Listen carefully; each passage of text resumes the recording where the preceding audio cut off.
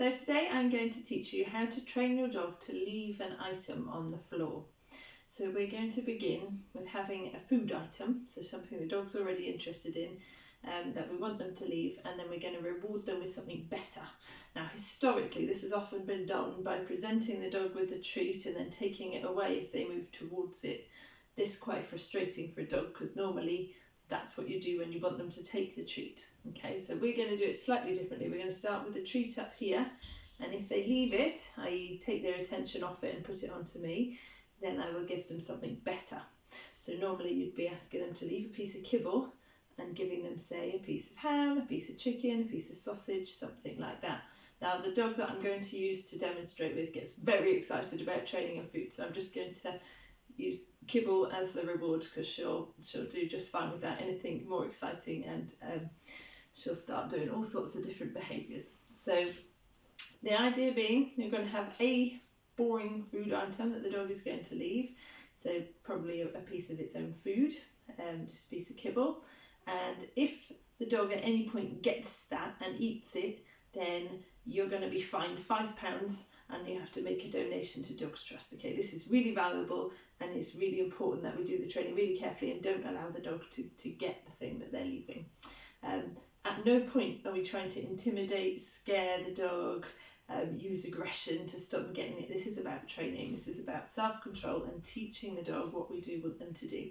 So the leave it cue is a nice happy cue. Leave it. It's not leave it. Ah, no, shouting. So we're going to start with it up here.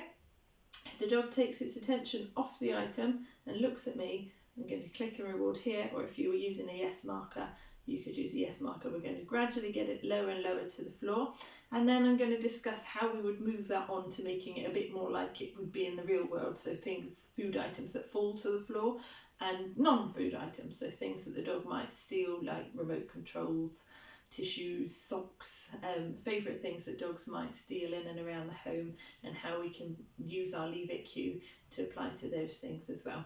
I'm going to go quite quick with it because the dog that I'm going to use is a quick thinker and she's done it before. This will probably take you a number of sessions, and you're only progressing it when the dog is consistently getting it right. So if 5 times out of 5 I hold my treat here and say leave it, and the dog watches me instead of climbing up or looking at it or trying to get to it, then I can move on and make it lower and make it lower and build up from there. Okay, so here we have the dog, got our items to practice with later. So here we have our £5 piece of kibble. The dog is absolutely categorically not allowed to get this. Got our clicker, you might also be using a yes marker, and I've got extra treats for rewarding with.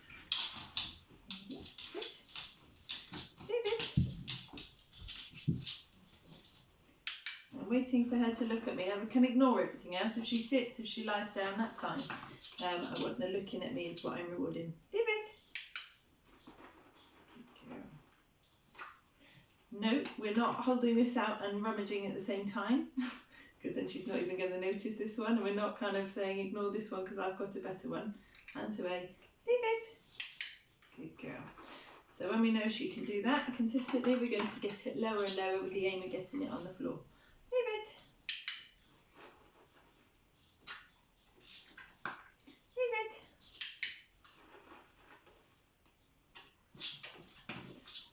Leave it. Leave it. Leave it.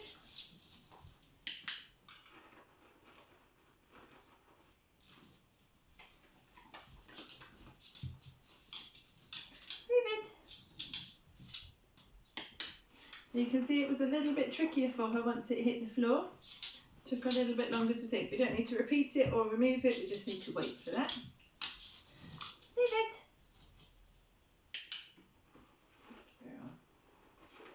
So once I can do that, again, like I said, I'm going a lot quicker than you will be. So 5 repetitions at each stage and see how you get on. If it's 1 or 2 that she's successful with, drop back a stage. If she's good 3 times out of 5, keep going at that level. If she's doing really well, 4 or 5 times, progress, make it harder, make it harder. Leave it.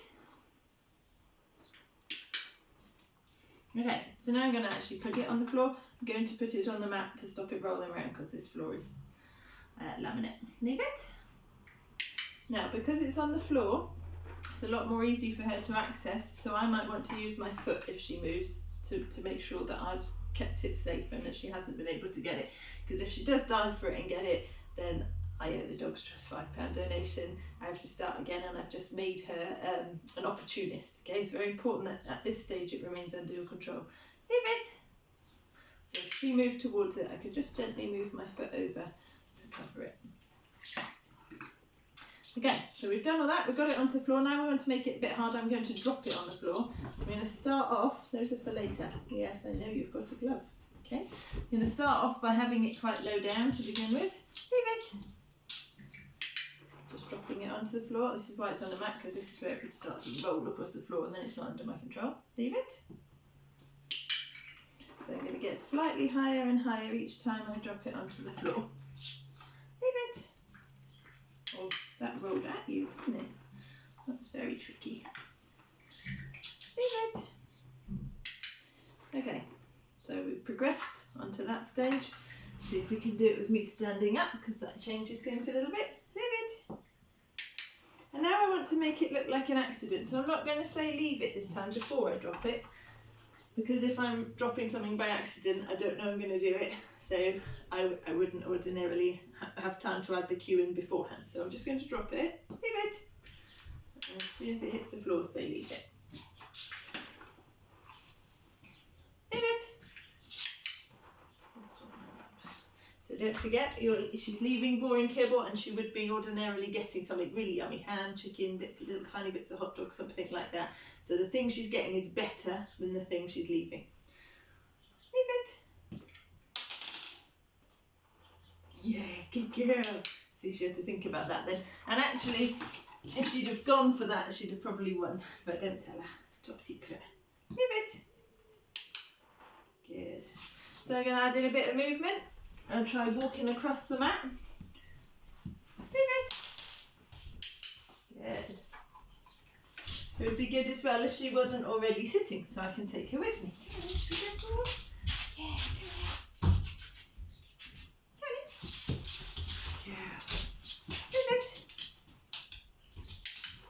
Yeah, Good, very nice. So at this stage, keeping my body in between the two of us. Between the food and the dog. Leave it. Yay, good girl. That one went under the sofa, didn't it? So you wouldn't have been able to get it anyway. Should we go for a walk again? Last one. You've got to be on this side. Good girl. Leave it. Yay, good girl. So she's worked out if she leaves that one, she gets lots of the other ones. So that would be how to do food. We'll then progress on to items. So I've got a few little household items here. We have a chess piece that she has already eaten. So she's a monkey. I've got pencil, she really likes pencil. Got pen, got a remote control that's been eaten as well. Look.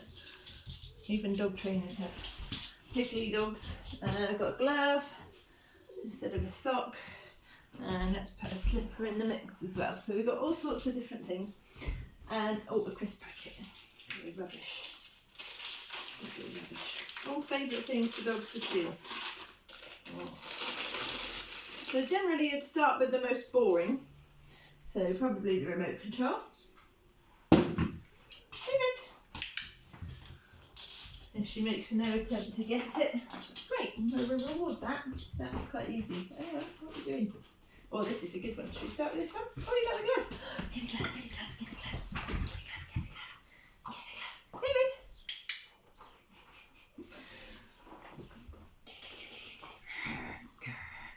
Leave it.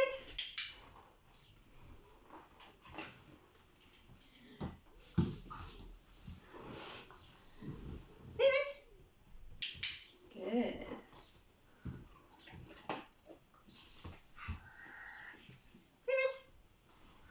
So you can see how that's transferred really easily from holding it, pulling on it and spitting it out straight away when she hears the cue because she's super excited. Leave it. Good girl.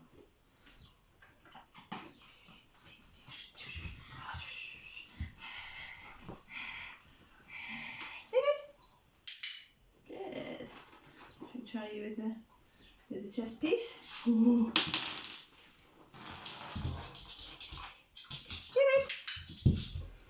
Not sure quite how well you can see that because she's turned around, but she was carrying it and she spat it out. Oh, yeah.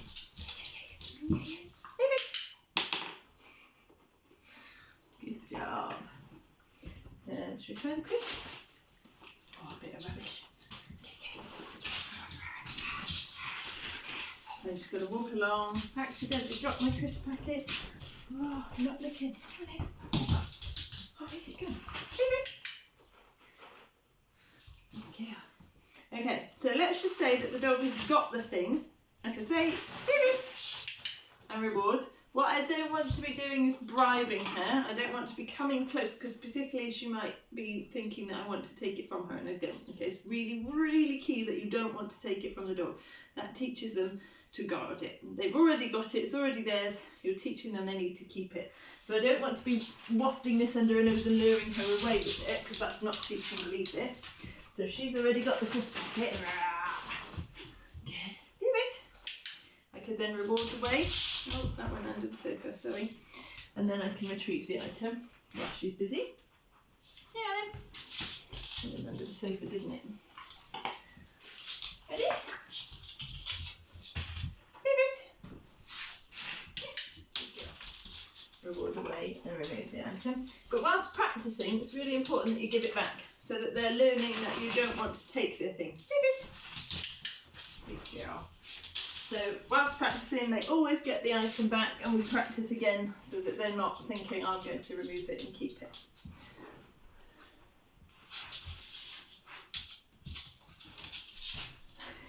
Give it. Good girl. The other thing you can do, we call it the counting game, is if they've got something, so let's get a chess piece, I'm going to go over here and just play with some treats on the floor, and then I'm going to go over here and play with some treats. Call it a counting game because you're supposed to count the treats out. So 1, 2, 1, 2, 3, 4. 1, 2, 3, 4, 5. Gives you an idea for how quickly the dog is coming as to how many treats you get to count out. You can see curiosity nearly always gets the better of them. While you're busy going over and keeping it top secret from them and doing something on the floor, they're going to want to come and see what you're doing.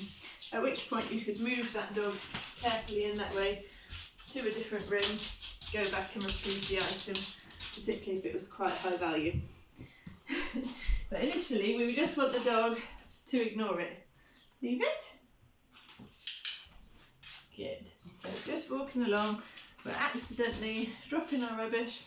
Leave it. Good. And rewarding them for not getting it. Hope that makes sense. Any questions, please ask us.